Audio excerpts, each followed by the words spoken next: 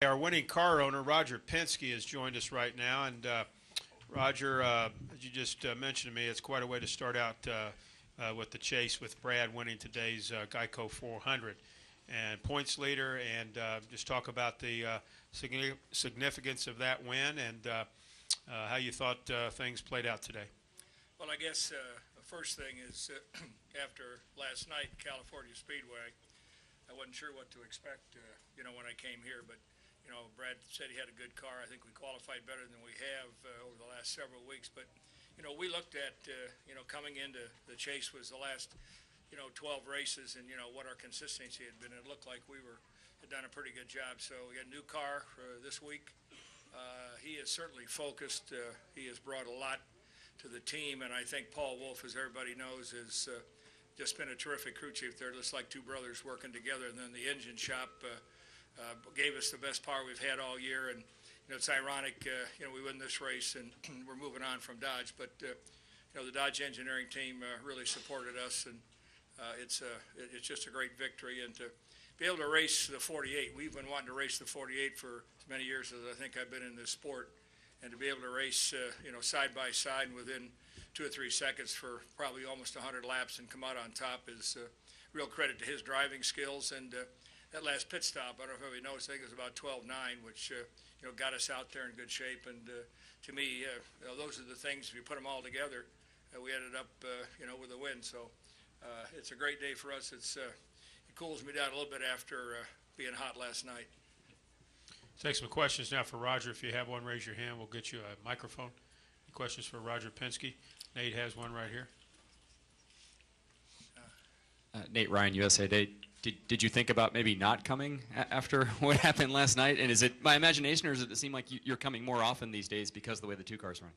Well, that's one of the things that I've got to check in with Brad. He expects me here. So, no, I was planning to come, win or lose last night. And we got here this morning about 10 o'clock. And it was, it was focused on this race. The chase is so important. You forget the first 28 races, really, don't you? Who won them? Who had the poles, who had led the most laps, and it's now down to, these last 10 races. So I think we're in good shape.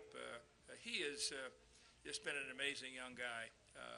His support in the shop, and he's a very constructive driver from the standpoint of our people within the company. And, we had a lunch this past Monday, and, Brad, he revs them up. And he goes around and thanks them, and it's important. These guys are big deals, big stars, but I think he has the roots from his family and the way he started to work with everybody from top to bottom. And today was a byproduct of that. Okay. Does he rev you up? Does it make you more enjoyable for you just to come to NASCAR races? He won't let me sleep, I can tell you that. I get Twitters, I'm a big texter now, so if you want to know anything, just text me based on him. So he and I are talking all the time. I've got to get to my day job sometimes, I tell him. Let's go over here to the left for a couple questions from Joe, and then David, and then we'll go upstairs, and they'll come over to Jay. Go ahead. Joe Menzer, NASCAR.com. Roger, could you just talk a little bit about it kind of seemed like today was a day where Jimmie Johnson was maybe sending a message to the rest of the chase field in the end. I think Brad did. And also, did you get more than what you expected from Brad when you first – have you gotten more out of him by far than what you expected in terms of everything he's given your company? Well, I think you got to go back to the year before we hired him. He at one point he came by to see us, and he said that he'd like to come and race for our team, but he couldn't do it. He had a commitment, but he said, when I do come, I want to help build a team to win the championship, and I think he's never forgotten, and that was a year before he started with us, and he's been focused. Do I feel we got what we expected? Obviously, the quality of his driving, and he went through a lot of rigmarole. Some he maybe was due, some he wasn't, but I think he's managed to develop a lot of rapport with the drivers. I think they trust him running with him wheel to wheel. He's not a reckless guy at all. And on and off the track, I think he's got high integrity, and that's something we want. And certainly, with what he's been able to do, and I think I said this to he and Paul Wolf, I said, if you guys help us attract the best people, that's the benefit that Hendricks has had. When you look at top to bottom of his organization, it's the quality of the people that make the difference. And I think that Keselowski, Wolf, those were a good partnership, and they've helped us do more. So I would say he's delivered everything I expected. But, to win a race, the first race of the Chase, and beat the 48, I guess is something that, you're pretty happy when you go home. Let's go David Newton, and then we'll go to press box, and then we'll come back down here. Go ahead, David.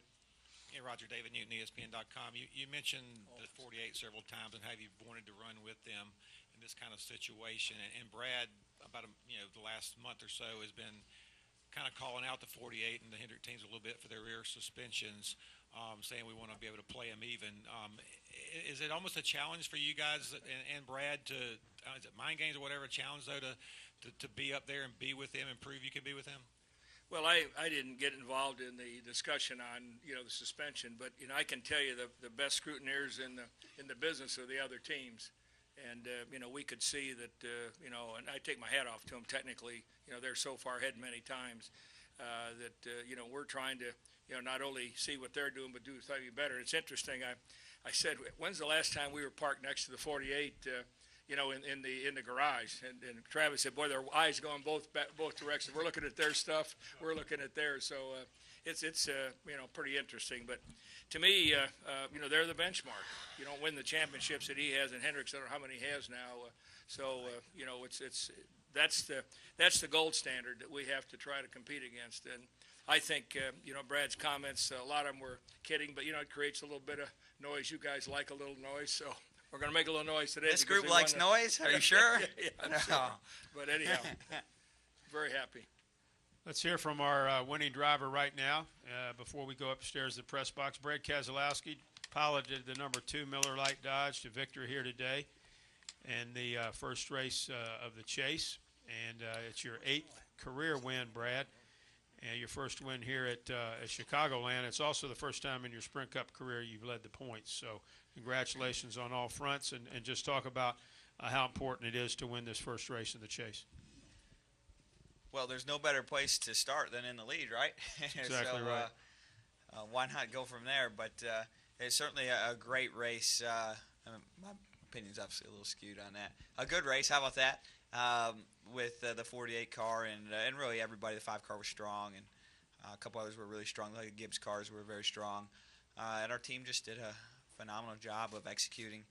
Made some key adjustments during the race. They got my car running really, really strong.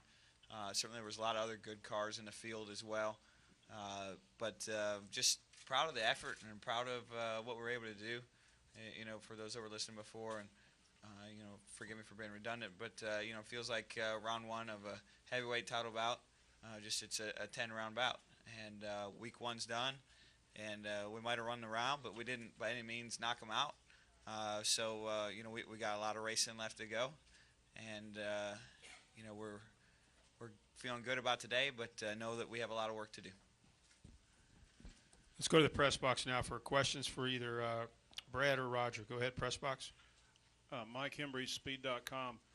Roger, you mentioned that you're trying to race against the gold standard, and you're doing that with a manufacturer that's sort of backing out of the garage. Are you confident you're okay over the last 9 races with the Dodge situation and all that implies? Well, there's no question. That Dodge has been a great asset to us. I mean, they made the decision to support us. Senior management obviously decided that they were going to focus maybe on something other than motorsports, at least the Cup side. And we made that decision with them, almost a year ago when we decided to move on to Ford. But I think the one thing we both have done is we, clasped our hands and said, hey, we're going to go for it here and do our very best because, they've been a great partner. And I think the cooperation technically that they've had with our chassis guys, our engine people, and our dynamic people has been terrific. So, we might be backing out of the garage, but I certainly when I back out, I want to leave them with the best results we can. Let's stay up in the press box for another question. Go ahead. Hi, this question's for Brad. It's Nick Devon from the West Bend Daily News. Brad, Roger kind of mentioned a little bit about that you're really hands-on with what goes on at the shop and getting this team ready. Why do you want to be a part of that, and why are you so hands-on with that? Well, I mean, I feel like it's my goal to be a Sprint Cup champion, to be a winner. Racing is one of the few things I've ever done in my life that has been able to take me to another level, mentally and physically, and it demands that out of you to be successful. And there's no guarantee of success in this sport, as there's no guarantee of success in any sport. But this one in particular, and the way I approach the work ethic of it, whether it was from my dad or whatnot, or who I got it from, that could be argued for, some time. But I approach it as though I was a baseball player. Baseball players, at the mound, or I guess I should say at the plate, and there's 100-mile-an-hour fastballs coming at you all the time. There's always somebody trying to beat you. But if I go down, I'm going to go down swinging. I'm going to go down swinging the bat as hard as I can each and every time. I'm not going to stare at the ball and watch it go by and be struck out. So if that means I got to work harder to go down in that manner, then that's what it's going to be. But it also means I got a great shot at hitting that ball. And right now that's where our team's at. Let's come back downstairs, and first of all, let's hear from our winning crew chief, Paul Wolf. Paul, congratulations on this win today. Talk about, and certainly the job on pit road had a lot to do with this win. Yeah, I think it was key to the results of the race. I feel like as the closing laps came down there, the second part of the race, it looked like it was going to be between us and the 48, and obviously clean air is so important, and to be able to come down pit road and have a great stop like we did, and be able to just clear them, get back on the racetrack, that was, I feel like, the key. I thought they would mount a little more of a challenge there, but we were able to continue to pull away, so I was a little surprised by that. Not sure what was going on with their car, but definitely I'd say the best car won today for sure. Let's come back downstairs now. I believe Jay Hart, did you still have a question? Jay Hart, Bob, Jim, and Lee. Yeah, Jay Hart, Yahoo Sports. I guess for both, ask Roger first and then Brad. Congratulations, guys. Thank you. When you brought Brad over, and you talked a little bit about this earlier to David's question, but obviously a championship is the goal. Are you surprised by how soon this team has come together and Brad has molded into a legitimate championship contender? And then I guess I would ask Brad, sort of answer the same question. Well, I think I mentioned earlier that Brad came and we talked early on, and he said, look, I want to help you build a championship team. And I think that we struggled the first year in Cup, but we were able to put Paul together. We talked about people earlier, and with Paul and Brad really getting together on the nationwide side and getting success, we attracted some other good people. And to me, we saw the success racing the best guys in the nationwide side. And last year when Brad had his accident, I think that showed me, what kind of person he was. He wasn't walking around here running for sure. He was hurting every day, but was able to put out and win the races he did. So, I'm thrilled at the level we are. I think that he's a young man in his career.